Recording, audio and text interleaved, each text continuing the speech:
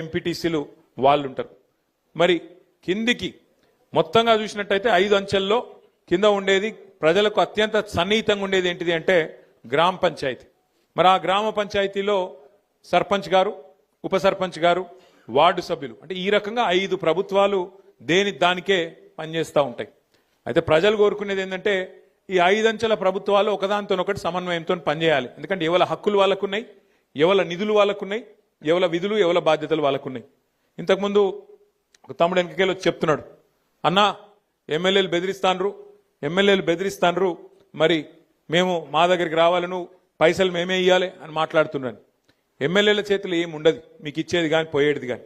MLA నిధులు ఆయనకుంటాయి, కానీ గ్రామ పంచాయతీకి సంబంధించి డైరెక్ట్గా ఫైనాన్స్ కమిషన్ ద్వారా మీకు డబ్బులు, అంటే రాష్ట్ర ప్రభుత్వానికి మొత్తం స్థానిక సంస్థలకు మనం కేంద్రానికి కట్టే పనులకు వెళ్ళే వాళ్ళు మనకు ఉల్టా ఫైనాన్స్ కమిషన్ ద్వారా పైసలు ఇస్తారు. ఆ ఫైనాన్స్ కమిషన్ ద్వారా వచ్చే పైసలల్లా 70% పైసలు డైరెక్ట్గా గ్రామ పంచాయతీకి వస్తాయి, 20% పైసలు మండల పరిషత్కి వస్తాయి, 10% జిల్లా పరిషత్కి వస్తాయి.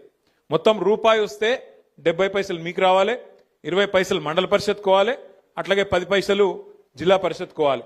అందరు కలిసి సమన్వయంతో జెడ్పీటీసీ ఎంపీటీసీ అందరు కలిసి సమన్వయంతో పనిచేయాల్సి ఉంటుంది. చాలా మంది మిత్రులు, నేను ఎందుకంటే పంచాయతీరాజ్ మంత్రిగా పనిచేసిన కాబట్టి నాకు ఈ విషయం కొంత లోతుగా తెలుసు. చాలా మంది మిత్రులు కన్ఫ్యూజ్ అవుతూ ఉంటారు.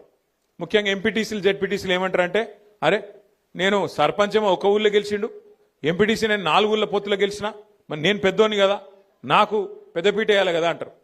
తప్పేం లేదు, వాళ్ళు అడిగిన దానిలో తప్పేం లేదు. కానీ వాస్తవం ఏంటి అంటే మీ అందరు చూసే ఉంటారు ఆ టీవీ ప్రకటన, భగవంతునికి భక్తునికి అనుసంధానమైంది ఏంది బాబా ఏంది తెలుసురా, అంబికా దర్బార్ అగర్వత్, ఆయన అంబిక ఆయన సంతోషపడతారు ఎక్కడ. అసలు ఈ ఎంపీటీసీ పదవి జెడ్పీటీసీ పదవి ఏంది అంటే ఈ 5 అంచెల ప్రభుత్వాలలో ఇప్పుడు గ్రామ పంచాయతీల సర్పంచ్ గారు ఉంటారు, వార్డు మెంబర్లు ఉంటారు, మీరు మొన్ననే గెలిచి వచ్చిండ్రు. మరి మీకు మండలం నుంచి నిధులు తీసుకురావాలి కదా. అంటే ఉదాహరణకి ఏంది, ఇప్పుడు గ్రామంలో ఏమున్నది ఏం లేదు, గ్రామంలో ఇగో ఫలానా పని ఉన్నది, ఫలానా పని చేయాలి, మరి సర్పంచ్ గారు దేనికి పైసలు పెట్టాలి. అట్లాగే మరి ఎంపీటీసీ గారు ఏం చేయాలి, ఎంపీటీసీ గారు గ్రామానికి మండలానికి మధ్యన అనుసంధానకర్త, అంబికా దర్బార్ అగర్వత్ అన్నట్టు. అర్థమైందా? అంటే గ్రామానికి మండలానికి ఇప్పుడు నేను చెప్పినట్టు 70 పైసలు గ్రామానికి వస్తాయి ఫైనాన్స్ కమిషన్ పైసలు, 20 పైసలు మండలానికి పోతాయి, 10 పైసలు జిల్లా పరిషత్కి పోతాయి. మరి ఆ 20 పైసలు ఏ గ్రామంలో ఎట్లా పెట్టాలి, ఎంపీటీసీ గారు స్థానిక సర్పంచ్తో ఎట్లా కలిసి పనిచేయాలి, ఇది ఆ అనుసంధానమైన బాధ్యత. ఎంపీటీసీ గారు గ్రామానికి మండలానికి అనుసంధానంగా ఎంపీటీసీ గారు ఉండాలి. మరి జెడ్పీటీసీ గారు ఏం చేయాలి, ఆల్రెడీ మండల పరిషత్ అధ్యక్షుడు ఉంటాడు, మండలానికి ఒక ఎంపీపీ ఉంటారు, ఎంపీటీసీలు ఉంటారు. మరి జెడ్పీటీసీ ఏం చేయాలి, జెడ్పీటీసీ ఏం చేయాలంటే మండలానికి జిల్లా పరిషత్కు అనుసంధానం జెడ్పీటీసీ గారు.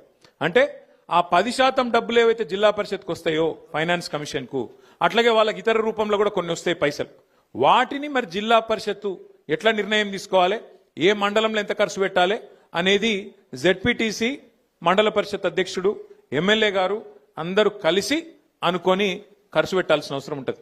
కాబట్టి మీరు ఎవ్వల కింద పనిచేస్తలేరు, మీది మీరు సర్వ స్వతంత్రులు. ఇంతకుముందు మీరు చెప్పినట్టు, లక్ష్మీనరసింహరావు గారు చెప్పినట్టు, రేపటి రోజున గ్రామ పంచాయతీ తీర్మానం లేకుండా రాష్ట్ర ప్రభుత్వం కూడా కొన్ని పనుల్లో ఏలు పెట్టే అవకాశం ఉండదు. ఫలానా వర్క్ కావాలి, ఫలానా వాళ్ళకి ఇల్లు ఇవ్వాలి, లిస్ట్ ఎక్కడ పెట్టాలి, గ్రామ పంచాయతీలనే పెట్టాలి.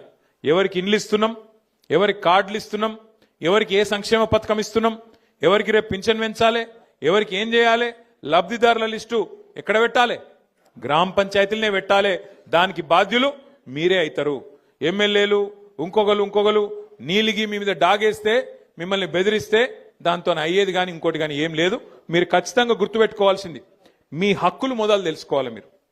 మీకేం అధికారం ఉన్నది, మీకు ఎట్లా నడిపే అధికారం ఉన్నది, ఇది మీరు తెలుసుకోవాలంటే మాటలతో కాదు.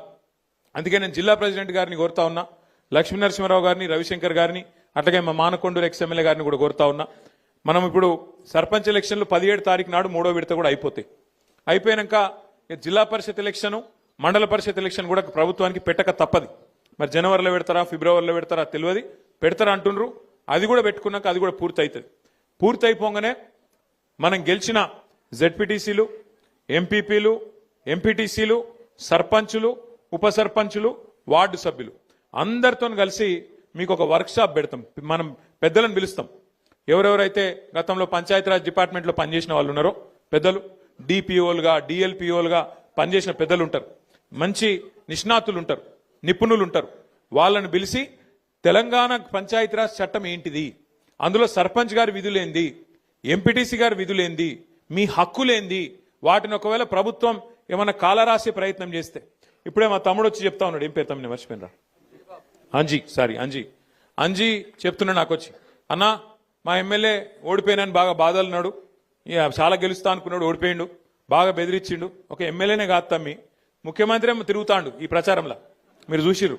నాకు తెలిసి చరిత్రలో జరగలే. పంచాయతీ ఎలక్షన్ల సర్పంచ్ ఎలక్షన్ల ముఖ్యమంత్రి తిరగంగా నేనైతే ఎప్పుడు చూడలే.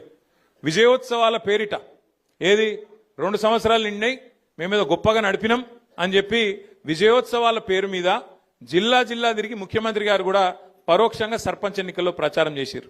ఇక ఎమ్మెల్యేల బెదిరింపులకైతే ఇక అంతులేదు పొంతులేదు. గెలిపియపోతే చూస్తున్నారు మీరు, ఎమ్మెల్యేలు స్పీచ్లే ఇస్తాను ఓపెన్గా, ఇండ్లియా నా ఇంటి ముంగటికి వస్తే మెడల్ పట్టి నూకుతా అని చెప్పి వాళ్ళు మాట్లాడుతూ ఉన్నారు. అట్లా బెదిరించింది. ఇక కొన్ని దగ్గరలో అయితే ఇంకా అన్యాయం.